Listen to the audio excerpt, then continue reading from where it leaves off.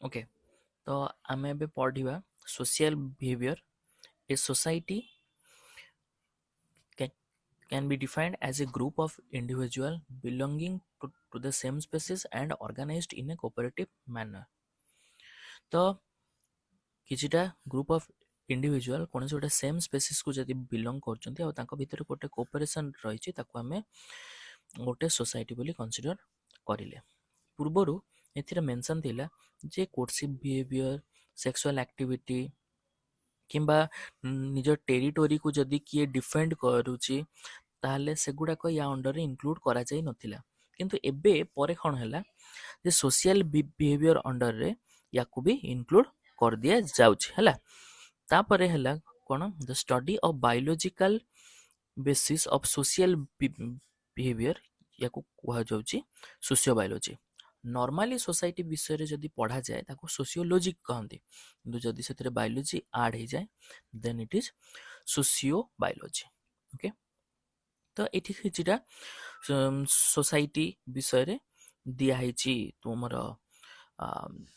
Example गोटे हूँ जमी bird flocks wolf pack fish school locust swarms are good example of true elementary society तो एमाने गोटे गोटे सोसाइटी अंडर जाती तो जो देखुव जो पंकपाल बा लोक्यूस्ट से आटाक करती कौन फिल्ड को से माने होचंती गोटे गोटे सोसाइटी ओके माने एंट्री करगले तो तांको भितर सबु प्रकार को रिलेशन चली थाए आउ से मानक द्वारा माने आमर जो जगह सब अटैक हुए फील्ड सब अटैक हुए सेटा तांकर सोसाइटी बा सोशल बिहेवियर गोटे पार्ट ओके अच्छा तो आम ये सब जिनस गुड़ाक जानवा दरकार कारण फ्यूचर रे जदि किए या ऊपर स्टडी करती निजर जमती आमर ओयूटी रे पढ़ा जाए जे केमती आम पेस्ट कंट्रोल करवा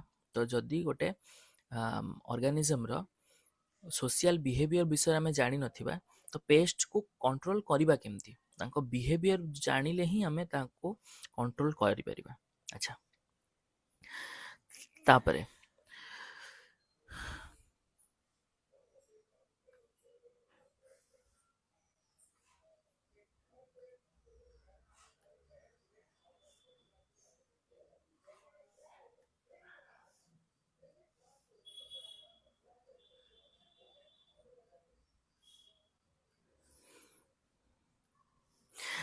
अच्छा किछिटा इम्पोर्टेंट फैक्टर जोटा कि कंट्रीब्यूट करे आमर सोसाइटी को है आमर कौन से गोटे सोसाइटी फॉर्मेशन पाई आमर रिक्वायरमेंट कौन रही कौन कौन एमती बायोलॉजिकल सिस्टम रही जो गुड़ा कि सोसाइटी को डेवलप करें गोटे सोसाइटी क्रिएट कर हेल्प करवा प्रथम आसला हॉर्मोन्स ओके तापरे evolution of complex nervous system and increased efficiency of different body systems तो जो हार्मोन रहा आम सब मूवी रे देखा हार्मोन लोचा मीन्स आमर हार्मोन एमती आम बिहेवियर को कंट्रोल करे जे तांको द्वारा आमर बहुत गुड़े जिनस चेंज हो जाए ब्रेन रे ता सहित आम डेभलप कले गोटे कॉम्प्लेक्स नर्वस सिस्टम आमर केवल जे फिजियोलॉजी को कंट्रोल करछे सेटा नुहे आम इमोशन को भी आम नर्वस सिस्टम कंट्रोल करछे ओके आमे आम इमोशन द्वारा नर्वस सिस्टम को कंट्रोल करिपरिबा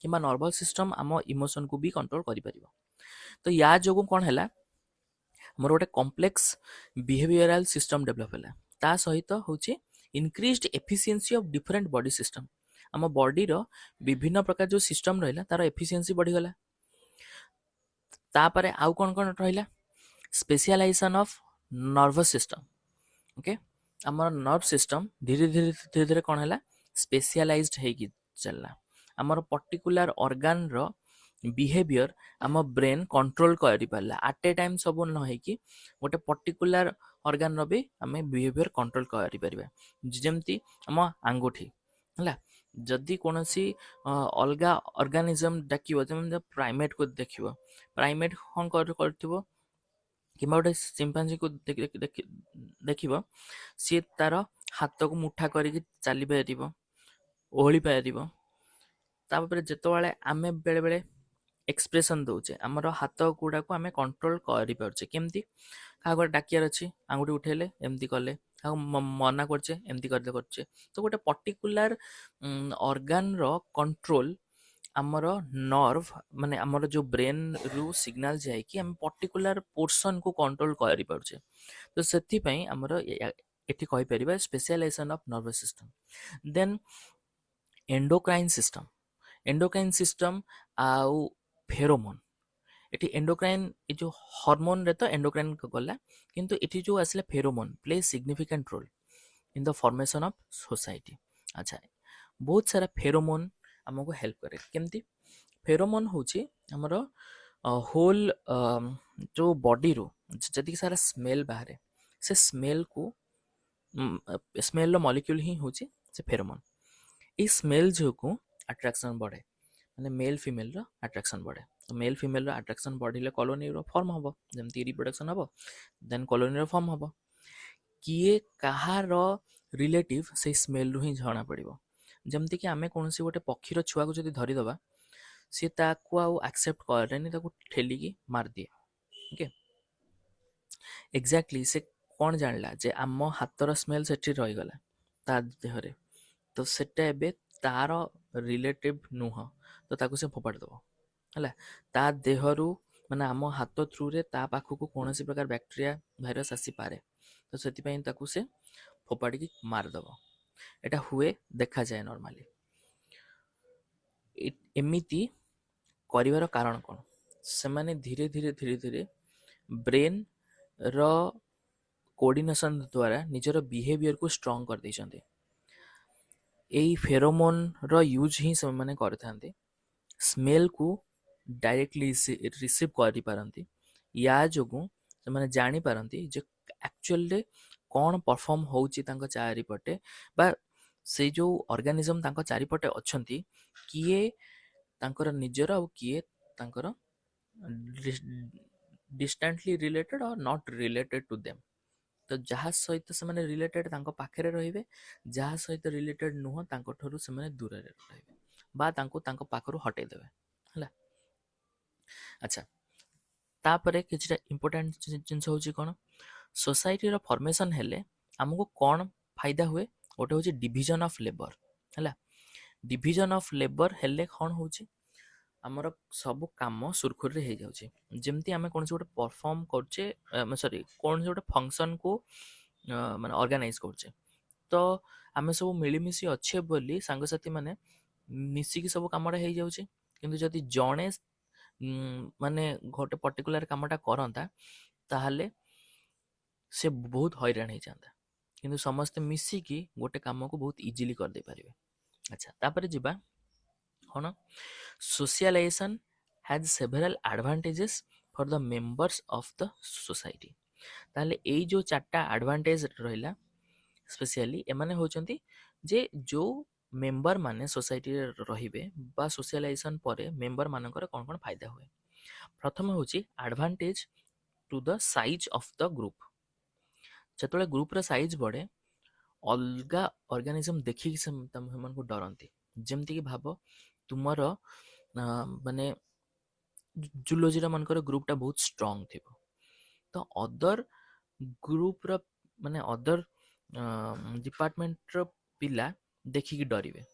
ତାପରେ ତୁମେ ଭାବିବ ଏବେ ସାଇନ୍ସ ଆଉ ଆର୍ଟସ ଭିତରେ କମ୍ପାରିଜନ ଆସିବ, ତ ସାଇନ୍ସ ପିଲା ଷ୍ଟ୍ରଙ୍ଗ ହେଇଯିବ, ସେତେବେଳେ ସେମାନେ ଡରିବେ। ତାପରେ ବାହାର କଲେଜ ସହିତ କମ୍ପାରିଜନ କରିବ, ପୁରା କଲେଜର ଷ୍ଟୁଡେଣ୍ଟ ଷ୍ଟ୍ରଙ୍ଗ ହେଇଯିବ। ତ ଏମିତି ହେଲେ କ'ଣ ହୁଏ? ନିଜ ନିଜ ଗ୍ରୁପ ଯେତେ ବଢ଼ି ବଢ଼ିକି ଯିବ, ସେତେବେଳେ ତୁମେ ଅନ୍ୟ ସାମ୍ନାରେ ଷ୍ଟ୍ରଙ୍ଗ ହବ, ଯୋଉଟାକୁ ଆମେ କହୁଛେ ଏକତା ହିଁ ବଳ, unity is power. Okay, then every favourable search for food. ତ ଯେତେବେଳେ ଆମେ ଗୋଟିଏ ଗ୍ରୁପରେ ଥାଉ, ତ ଏଭ୍ରି ଫେଭରେବୁଲ ବା ଏଠି କହିଲେ ଭେରି ଫେଭରେବୁଲ ସର୍ଚ୍ଚ ଫର୍ ଫୁଡ। ତ ଏଇ ଯୋଉ ସର୍ଚ୍ଚ କରିବାକୁ ଯାଆନ୍ତି ଡିଫରେଣ୍ଟ ଅର୍ଗାନିଜମ ମାନେ, ଯଦି ଗୋଟିଏ ଅର୍ଗାନିଜମ ଇଷ୍ଟରେ ଯିବ, ସିଏ ପୁଣି ଫେରିବ, ପୁଣି ୱେଷ୍ଟରେ ଯିବ, ପୁଣି ଫେରିବ ନର୍ଥରେ ଯିବ, ପୁଣି ଫେରିବ ସାଉଥରେ ଯିବ, ଏମିତି ତାକୁ ବଡ଼ ପ୍ରୋବ୍ଲେମ ହବ। କିନ୍ତୁ ଏକାଥରେ ଯଦି ଗୁଡ଼ାଏ ଅର୍ଗାନିଜମ ଉଡ଼ିକି ଚାଲିଗଲେ ବା ତାଙ୍କର ଚାଲି ଚାଲିକି ଗଲେ ଯୁଆଡ଼େ ବି ଯେମିତି ବି ଯାଆନ୍ତୁ ଗୋଟେ ପର୍ଟିକୁଲାର ଏରିଆରେ ପାଇଗଲେ ସେମାନେ ଅନ୍ୟମାନଙ୍କୁ ଡାକିଦେବେ। ତ ଏଥିରେ କ'ଣ ହୁଏ, ଚାନ୍ସେସ୍ ବଢ଼ିଯାଏ ଫୁଡ୍ ପାଇବାର। ତାପରେ ଆସୁଛି ପ୍ରୋଟେକ୍ସନ୍ ଏଗେନ୍ଷ୍ଟ ଦ ପ୍ରିଡାଟର। ଯେମିତି କୁହାଯାଇଥିଲା ୟୁନିଟି ଇଜ୍ ଦ ପାୱାର, ସେମିତି ଯେତେବେଳେ କୌଣସି ପ୍ରିଡାଟର ଆସିବ, ଯଦି ୟୁନିଟି ଥିବ ତାହେଲେ ପ୍ରିଡାଟର ବି ଡରିବ। ନେକ୍ସଟ ଆସିଲା ଷ୍ଟିମୁଲେସନ୍ ଫର୍ ବ୍ରିଡିଂ। ଯଦି ଗୋଟେ ବଡ଼ ଗ୍ରୁପଟେ ଅଛି ଆଉ ସେଥିରେ ବହୁତ ସାରା ଅର୍ଗାନିଜମ ଏକ୍ଜିଷ୍ଟ କରୁଛନ୍ତି, ତ ସେ ଅର୍ଗାନିଜମ ମାନଙ୍କ ଯୋଗୁଁ କ'ଣ ହବ, ମାନେ ତାଙ୍କ ଭିତରେ ଫେରୋମୋନ୍ ଥିବ। ତ ଏଇ ଫେରୋମୋନ୍ ଯୋଗୁଁ ତାଙ୍କ ଭିତରେ ଆଟ୍ରାକ୍ସନ୍ ହବ। ଆଟ୍ରାକ୍ସନ୍ ହେଲେ ତାଙ୍କର ଷ୍ଟିମୁଲେସନ୍, ମାନେ ଏଇଟା ଗୋଟେ ଷ୍ଟିମୁଲେସନ୍ ହବ ମାନେ କେମିତି ରିପ୍ରଡକ୍ସନ୍ କରିବେ। ତ ଏଇଟା ହେଉଛି ଗୋଟେ ସିମ୍ପଲ ଜିନିଷ। ଓକେ,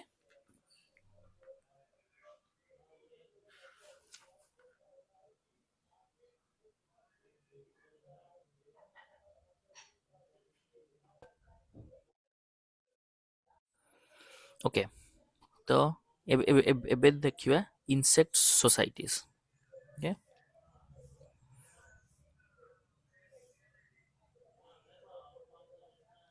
ତ ଇନସେକ୍ଟ ସୋସାଇଟିଜରେ କ'ଣ ହୁଏ, ତ ଯେତିକି ସାରା ଟ୍ରୁ ଇନସେକ୍ଟ ସୋସାଇଟି ରହିଛି ହେଲା, true insect societies with organised structure are observe in two order of class Insecta.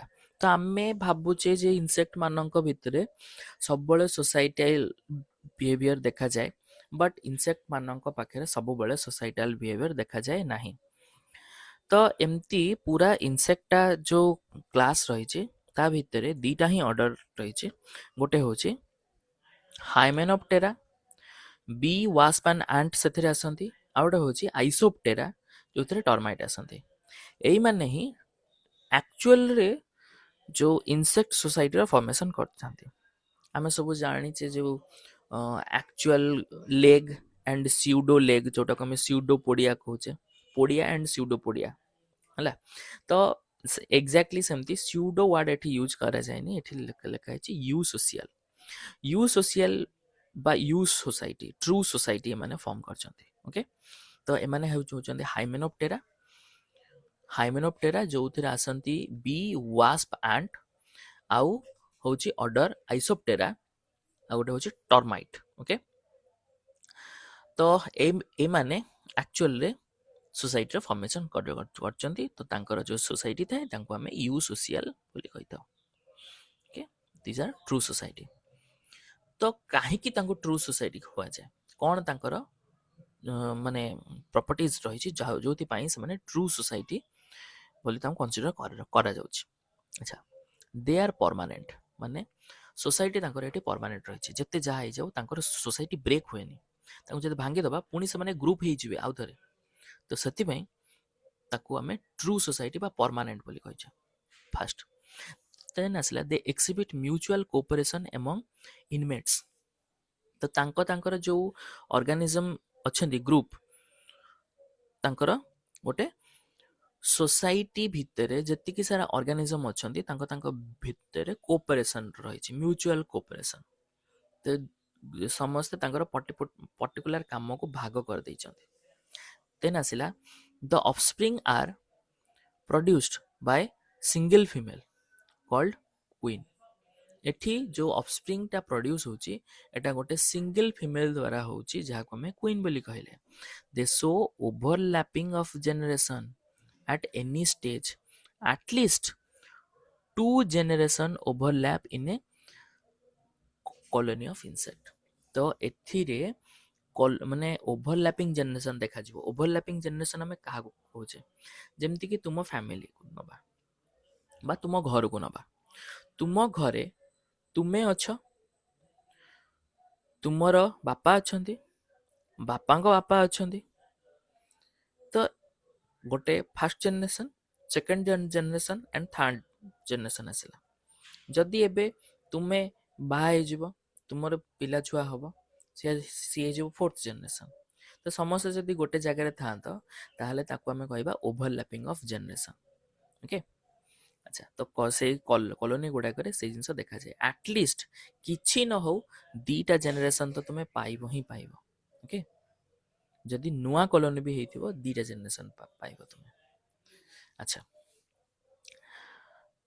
ତ ସେଟା କାହିଁକି ହୁଏ ଜାଣିଛ? ଆକ୍ଚୁଆଲିରେ ଯେତେବେଳେ ଗୋଟେ ନୂଆ କଲୋନୀ ଫର୍ମ ହୁଏ, ନୂଆ କଲୋନୀ ଫର୍ମ ହେଲେ ଇମିଡିଏଟଲି ତାଙ୍କ ପ୍ରାଇମେରୀ କାମ ହେଉଛି ରିପ୍ରଡକ୍ସନ। ତ ସେଥିପାଇଁ ରିପ୍ରଡକ୍ସନ କରିକି ସେମାନେ ଆଉ ଗୋଟେ ଜେନେରେସନ ଯେମିତି ହେଲେ ତିଆରି କରିଦେବେ। ତ ସେଥିପାଇଁ ଆମକୁ ଦିଟା ଜେନେରେସନ ମିଳିବ ହିଁ ମିଳିବ। ତାପରେ ଯିବା number 5, the survival of entire colony depend on its member, those are intimately connected to one another. ହେଲା, ତ ଯେତିକି ସାରା ଅର୍ଗାନିଜମ ମାନଙ୍କର ସର୍ଭାଇଭାଲର ଚାନ୍ସେସ୍ ସବୁବେଳେ ଡିପେଣ୍ଡ କରେ କାହା ଉପରେ? ତାଙ୍କ ମେମ୍ବର ମାନଙ୍କ ଉପରେ। ଯଦି ତାଙ୍କ ମେମ୍ବର ମୂର୍ଖାମି କଲେ କିମ୍ବା ଗଦ୍ଦାରୀ କଲେ ତାହେଲେ ସେମାନେ ମରିବେ। ଓକେ, ତ ସେଥିପାଇଁ ସେମାନେ ସବୁବେଳେ ନିଜର କଲୋନୀକୁ ପ୍ରାୟୋରିଟି ଦିଅନ୍ତି ଆଉ ତାଙ୍କୁ ବଞ୍ଚେଇବାରେ ହେଲ୍ପ କରନ୍ତି। ହେଲା, ଏଟା ଗଲା ଟ୍ରୁ ସୋସାଇଟି ବିଷୟରେ। ଏବେ ଆମେ ପଢିବା ବିନା ସୋସାଇଟି ବିଷୟରେ, ମାନେ ତାକୁ ସୋସାଇଟି ହିଁ ମାନେ ମାନେ କାହାକୁ କିଛି ଫଲୋ କରନ୍ତିନି, ସୋସାଇଟି ବୋଲି କିଛି ସେମାନେ ଜାଣନ୍ତିନି। ଓକେ, ଆଚ୍ଛା, social behavior of insect is an innate and instinct behavior। ଏଇଟା ଗୋଟେ innate and instinct behavior, ମାନେ ଆପେ ଆପେ ଜେନେରେସନ ୱାଇଜ ଆସେ ଆଉ ଆମର ଆମର ବ୍ରେନରେ ଅଟୋମେଟିକ କ୍ରିଏଟ ହୁଏ।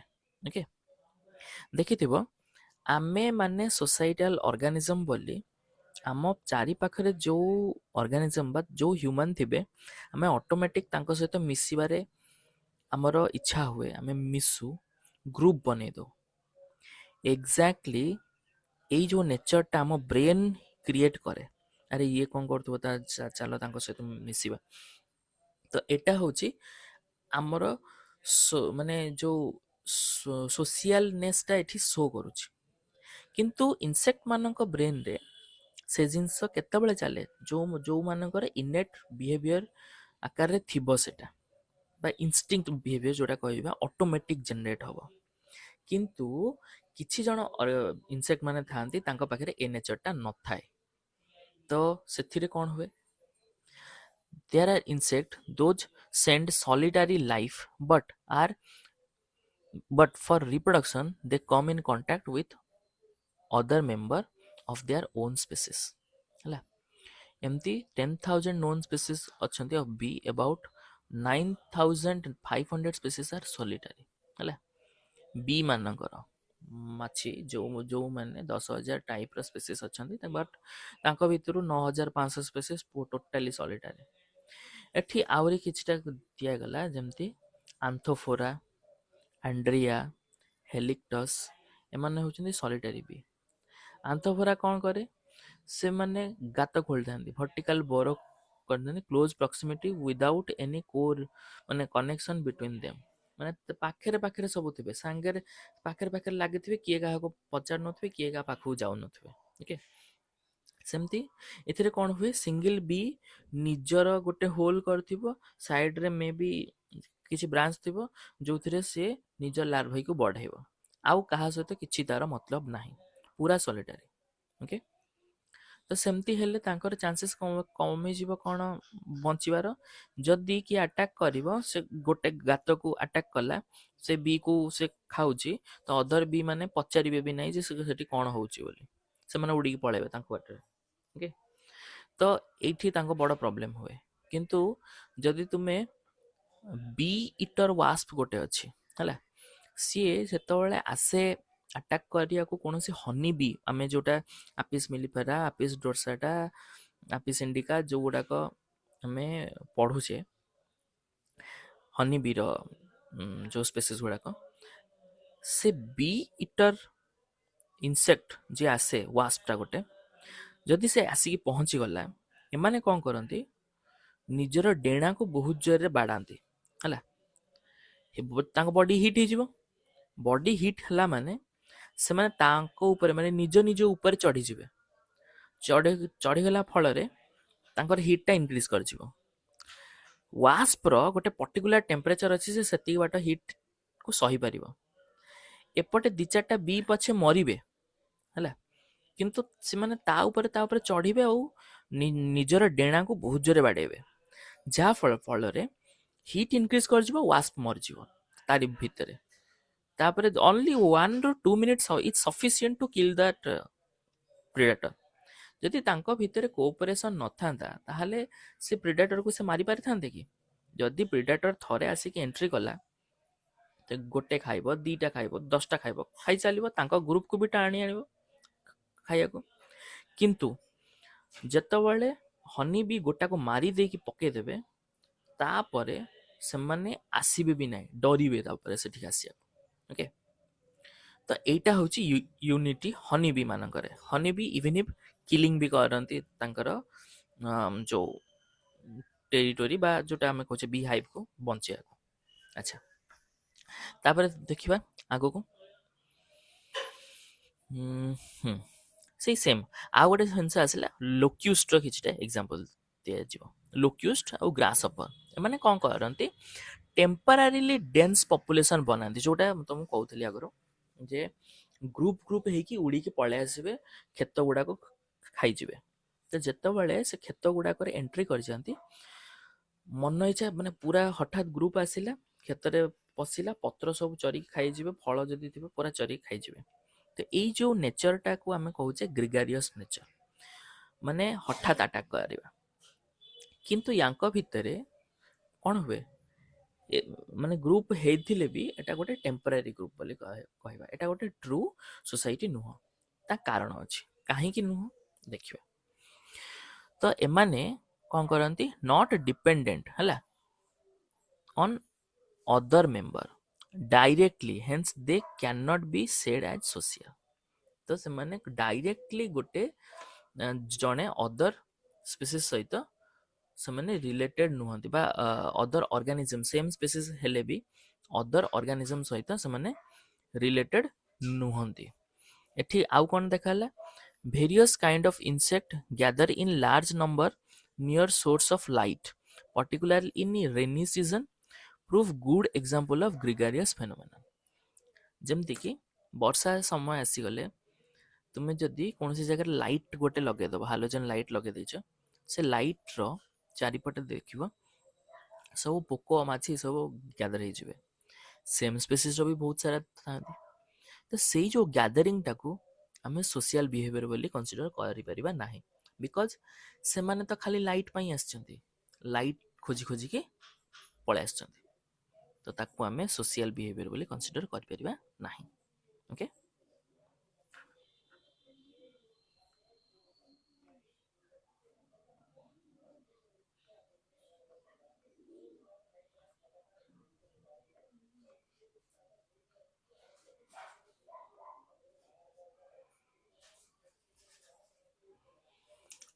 ଓକେ, ଏବେ ଯିବା ହନି ବିର ବିଷୟରେ ପଢିବା, ବା ଏକ୍ଜାକ୍ଟଲି ହନି ବିର ସୋସାଇଟି କେମିତି କ'ଣ ହଉଛି ସେଇଟା ଦେଖିବା। Honey bee are highly organised social insect reported from all over the world. ଯେତେ ବି ଷ୍ଟଡି ହେଇଛି କନଫର୍ମ କରିଛନ୍ତି ଯେ ହନି ବି ହେଉଛି ଗୋଟେ social organism.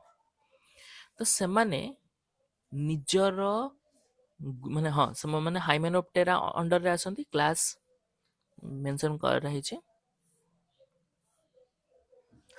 ହାଇମେନୋପ୍ଟେରା under the class Insecta ହେଲା। ଆଚ୍ଛା, few species of honey bee under the genus Apis make permanent colony କମ୍ ହେଲା। ସେମାନେ ଯେତେ ବି ଗ୍ରୁପ ବନାନ୍ତୁ, କିନ୍ତୁ ତାଙ୍କ ଭିତରୁ କିଛିଟା ଆପିସ୍ର ଜେନସ୍ ମାନେ ପରମାନେଣ୍ଟ କଲୋନି ବନେଇଥାନ୍ତି, ଯାହାକୁ ଆମେ କମ୍ବ ବୋଲି କହିଥାଉ, ହନି କମ୍ବ ହେଲା। ଆଚ୍ଛା, ଦେ ଆର୍ ଆପିସ୍ ଡୋର୍ସାଟା, ଯୋଉଟାକୁ ରକ୍ ବି କହୁଛେ, ଆପିସ୍ ଇଣ୍ଡିକା ଇଣ୍ଡିଆନ ବି, ଆପିସ୍ Floria little bee, Apis mellifera European bee। अच्छा, however some species of bee such as Pristhyrus make temporary colony for one season only। एमाने आसंती आउ चल जाती। ओके, तो एटा मन रखिबो। ଗୋଟେ ପ୍ରିସ୍ଥିରସ୍। ଏମାନେ ସେଇ ବି ର ହେଲା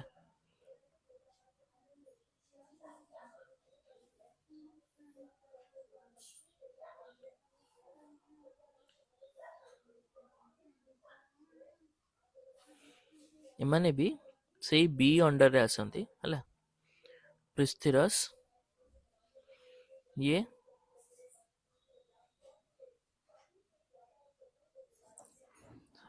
ସେଇ ବି ଅଣ୍ଡରରେ ଆସିବ, କିନ୍ତୁ ଇଏ କଣ କରିବ, ଟେମ୍ପରାରୀ କଲୋନି ଫର୍ମ କରିବ। ଆଚ୍ଛା, ତ ଯେହେତୁ ଆମେ ହନି ବି ବିଷୟରେ ପଢୁଛେ, ତ ହନି ବିର କମ୍ ବିଷୟରେ ବି ଜାଣିବା ଯେ ହନି ବି କମ୍ ରେ କଣ କଣ ସବୁ ଥାଏ। ତ ପ୍ରଥମେ ଯିବା ଷ୍ଟ୍ରକ୍ଚର ଅଫ କମ୍ବ ହେଲା। ଷ୍ଟ୍ରକ୍ଚର ଅଫ କମ୍ବ ରେ କଣ, honey bee make special comb for hive or hive for the member। ୟାଙ୍କ ଭିତରେ ଏଇଟା କୋଉଥିରେ ବନା ହେଇଥାଏ, ବି ୱାକ୍ସ ରେ ବନିଥାଏ। ଓକେ, ବି ୱାକ୍ସ ଟା କୋଉଠୁ ଆସେ, ସେମାନେ ଗୋଟେ ଲାଳ ପ୍ରଡ୍ୟୁସ କରିଥାନ୍ତି ତାଙ୍କର ମ୍ୟୁକସ ଟା, ଯୋଉଟା କି ଛାଡ଼ିଦେଲା ପରେ ଏୟାର ର କଣ୍ଟାକ୍ଟରେ ଆସିକି ଷ୍ଟ୍ରଙ୍ଗ ହେଇଯାଏ, ଆଉ ସେଇଟାକୁ ଆମେ ବି ୱାକ୍ସ ବୋଲି କହିଥାଉ। ଓକେ, ୟାଙ୍କର ଯୋଉ ବି ହାଇଭ୍ ଥାଏ ଏଗୁଡାକ ଆଟାଚ ହେଇଥାଏ, found to be attach to the branches of tree or ceiling of high building or water tower or tomb ହେଲା। ଏଇ ସବୁ ଗୁଡାକରେ ଏଗୁଡାକ ଆଟାଚ ହେଇକି ଥାଏ। ତ ଏମାନଙ୍କର ଆଟାଚମେଣ୍ଟ ସିଷ୍ଟମ ଅଛି, ହାଇଭ୍ କୁ ସେମାନେ ଆଟାଚ କରିଦିଅନ୍ତି କୌଣସି ଗୋଟେ ମାନେ ଅନରିଚେବଲ ଏରିଆ ଗୁଡାକରେ, ଯୋଉଠି ସହଜରେ ପହଞ୍ଚି ହବନି, ଡିଫିକଲ୍ଟ ଟୁ ରିଚ୍ ହେଲା। ଆଚ୍ଛା, the hive consists of large number of small hexagonal chamber। ତ ୟାଙ୍କର ଯେତେ ସାରା ବି ଚାମ୍ବର ଥାଏ ସବୁ ଯାକ ହେକ୍ସାଗୋନାଲ ଥାଏ। ଆଉ ମନେ ରଖିଥିବ ଆଜି ପର୍ଯ୍ୟନ୍ତ ମାନେ ଯେତେଟା ବି ପ୍ରୁଫ ହେଇଛି ଷ୍ଟ୍ରକ୍ଚର ହିସାବରେ ହେଲା, ଫିଜିକ୍ସ ଆଜି ପର୍ଯ୍ୟନ୍ତ ପ୍ରୁଫ କରିଛି କଣ, ହେକ୍ସାଗୋନାଲ ଚାମ୍ବର ଆର୍ ମଚ୍ ମୋର୍ ଷ୍ଟ୍ରଙ୍ଗର ଦେନ୍ ଏନି ଅଦର ଷ୍ଟ୍ରକ୍ଚର ହେଲା।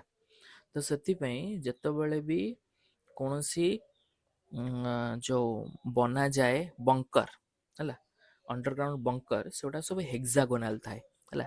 ଇଭେନ୍ ଇଫ୍ ଯଦି ତୁମେ ଦେଖିବ ଆମର ଉତ୍କଳ ୟୁନିଭରସିଟିର ଫାଷ୍ଟ ଦିଟା ହଷ୍ଟେଲ ହେଲା, ମାନେ ମେଲ ହଷ୍ଟେଲ, ସେ ଦିଟା ଯାକ ହଉଛି ହେକ୍ସାଗୋନାଲ ଷ୍ଟ୍ରକ୍ଚରର। ଓକେ, ଆଚ୍ଛା, these cells are different type।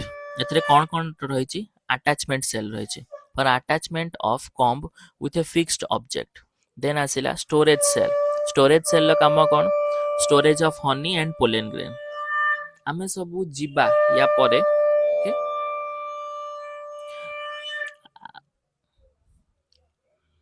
ଆମେ ସବୁ ଯିବା କୃଷି ବିଜ୍ଞାନ କେନ୍ଦ୍ରକୁ, ସେଠି ଦେଖିବା ଯେ କେମିତି ହନି ବି କଲଚର ହଉଛି। ଆର ବର୍ଷ ବି ଯାଇଥିଲୁ, ଏ ବର୍ଷ ବି ଯିବା ଦେଖିବା।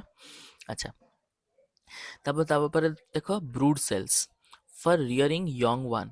Brood cells are of 3 categories meant for worker, drone and queen। ତ ଏଇ ଯୋଉ ବ୍ରୁଡ ସେଲ ରେ ଆକ୍ଚୁଆଲି ଅର୍ଗାନିଜମ ମାନେ ରହିଥାନ୍ତି। ଓକେ, ଷ୍ଟୋରେଜ ସେଲ ରେ ଖାଲି ହନି ମିଳିବ ଆଉ ପୋଲେନ ଗ୍ରେନ୍ ମିଳିବ ଆମକୁ ହେଲା, ଆଉ କିଛି ନାହିଁ ସେଥିରେ। ତାପରେ ଆଟାଚମେଣ୍ଟଟା କେବଳ ଫିକ୍ସଡ ଅବଜେକ୍ଟରେ ଆଟାଚ ପାଇଁ ଥାଇବ, ସେଥିରେ କିଛି ବି ତୁମକୁ ମିଳିବନି, ବହୁତ ଷ୍ଟିକି ଥାଏ ସେଗୁଡାକ, ଆଟାଚ ହୋଇଥାନ୍ତି। ଓକେ,